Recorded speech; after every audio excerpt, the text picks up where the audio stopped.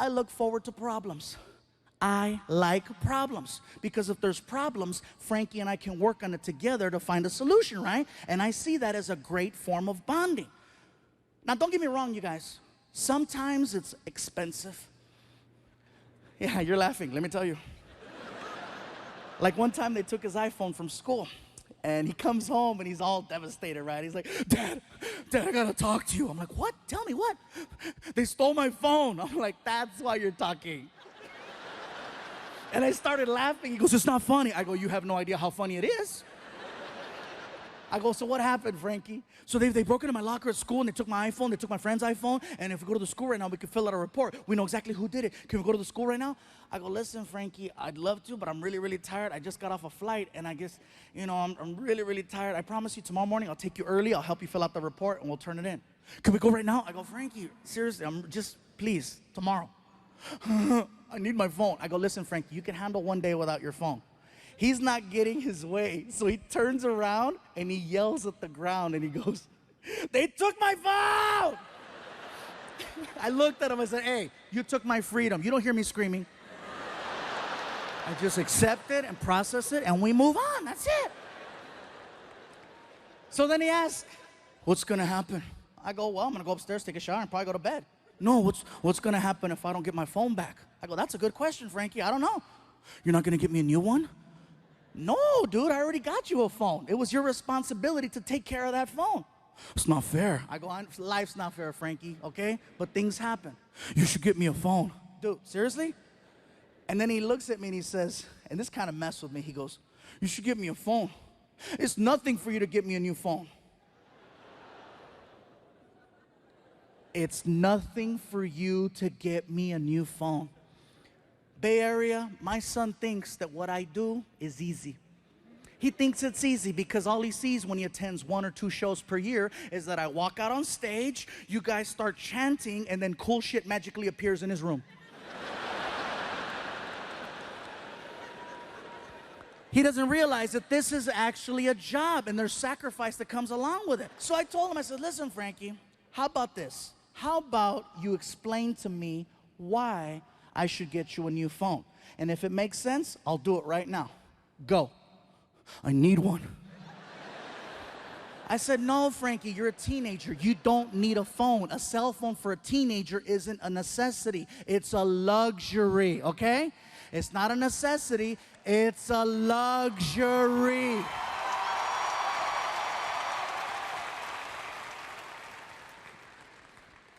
He says, what if there's an emergency?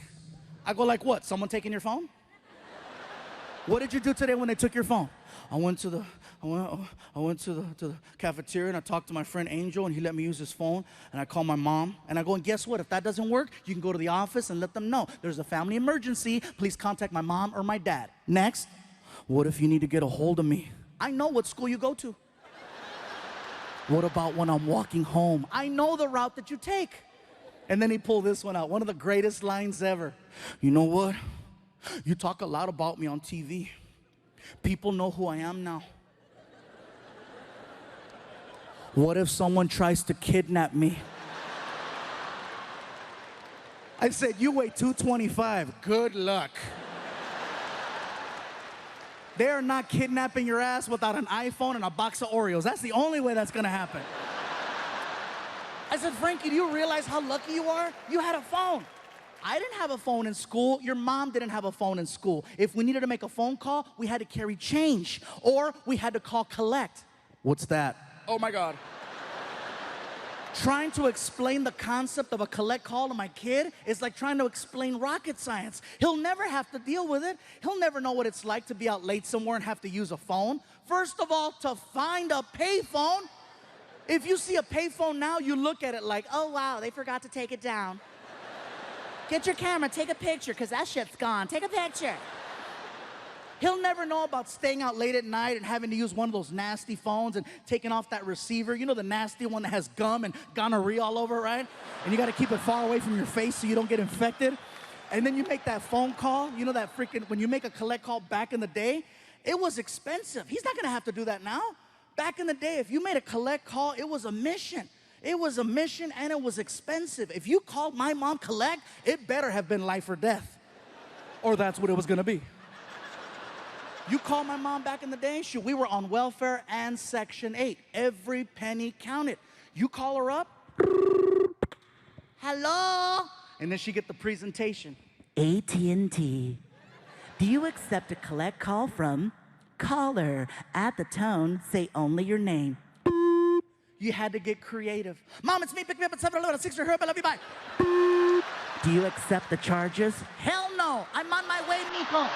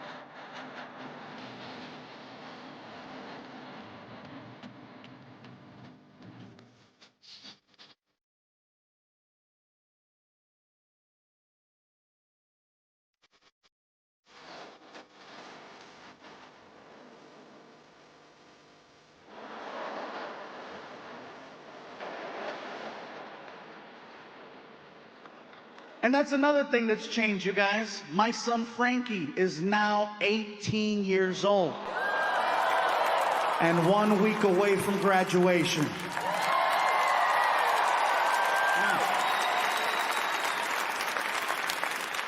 You guys are clapping, but he's not leaving. I've already asked him, I said, Frankie, what do you want to do with your life? Have you thought about college? Just now. I'm like, Frankie, you do realize that all you need to do is get accepted. I tell a lot of jokes. I will pay for your entire college education no matter where you want to go. As long as you get accepted. What do you think about that? I say, you know, if you want to go to school in California, we'll make it happen. You want to go to school out of state, we'll make it happen. I said, hell, I'll even do one of those international programs. You know, the ones where you give them one of your children and then they give you one of their children. What is it called when you kid swap?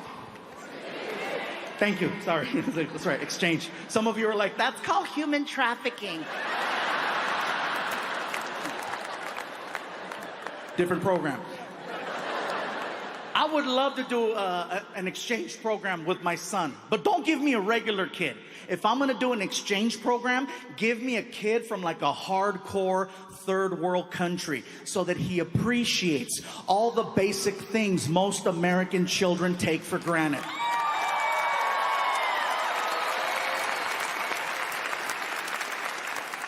That's why I say, give me little Tombutu. Give me Tombutu. I would love Tombutu, and Tombutu would love me. Mr. Fluffy? Yes, Tombutu. I was wondering, what time do we go to sleep? You go to sleep whenever you like. This is your room. We sleep next door. All of this is for Tombutu? Yes, all of this is for Tombutu. In my village, 2 families sleep in an area this big. Well, here in America, one big-ass Mexican kid sleeps right here. Enjoy. And then I would take him to like IHOP or Denny's and let him order whatever he wants and just watch him lose it. You know? This is the Thanksgiving I heard of. Thank you, Mr. Fluffy. Thank you. If there is anything Tombutu can do for you, please tell me anything. Can you help me take out the trash? For you, I will eat the trash. Meanwhile, my son's on the other side of the world on top of an elephant trying to get Wi-Fi. He's at the point now of spoiled where he walks up to me and he goes, Dad, I'm really bored with my Nintendo Wii. Can I give it to my friend Angel? I go, what did you just say? I'm bored with my Nintendo Wii. Can I give it away? I go, is it broken? No. How long have you had it? Woo, for like 4 years. I go, how many games do you have for the Nintendo Wii? Like 300? I could feel you judging me over there. I felt that. Oh, you're judging me right now. I could feel it. She's over there. She's like, This is some Dr. Phil shit right here. he really messed him up. I heard you. Let me just, for the record, let me set this straight, okay? I did not buy my son 300 games. Here's what happened.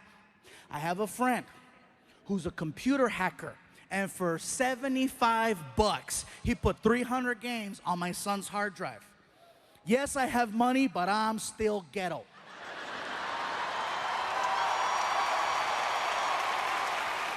Oh, yeah.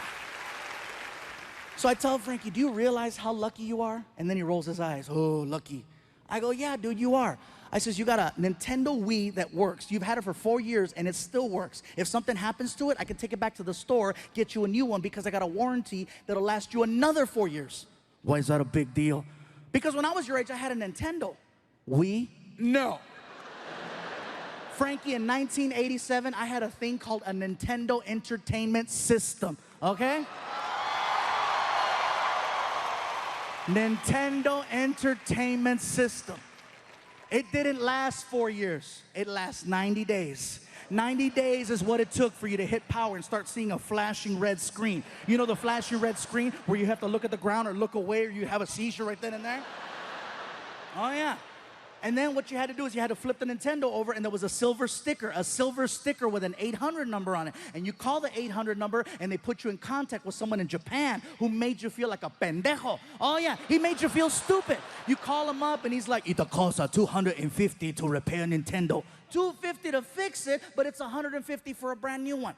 And if you couldn't afford 150 for a brand new one, like we couldn't afford 150 for a brand new one, you had to become a technician at the age of 7, 8, 9, 10, 11. You had to go in the kitchen and find the most messed up butter knife you could, right? The one that had bent marks and rust stains, and take that sucker back in the living room because you were gonna perform an operation. You were gonna perform an operation and bring that Nintendo back to life. Yeah. You had to work to play. You had to unplug it, plug it back in, power reset, power reset, power reset. It was like performing CPR. You'd hold a cartridge, and then it was like, you push it down, you push it up, you push it down, you push it up, push it down, you push it up, push it down, you push it up. Give it oxygen.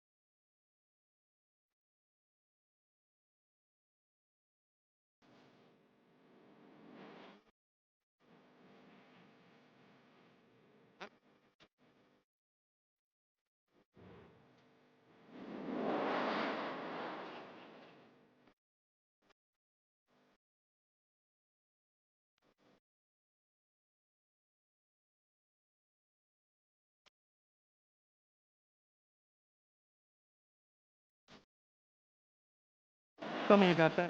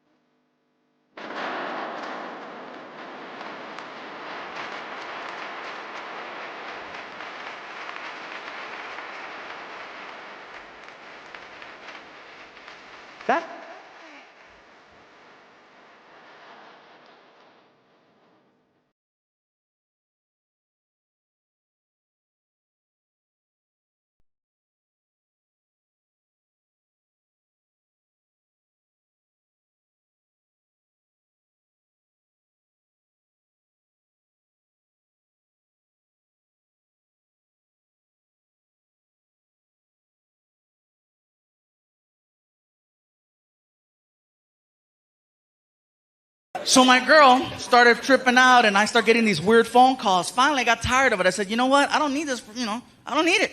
From now on, when I take off on the road, no more phone calls. Look at that guy. Yeah! Are you here by yourself? Whatever, dude. Anyway, here's the thing.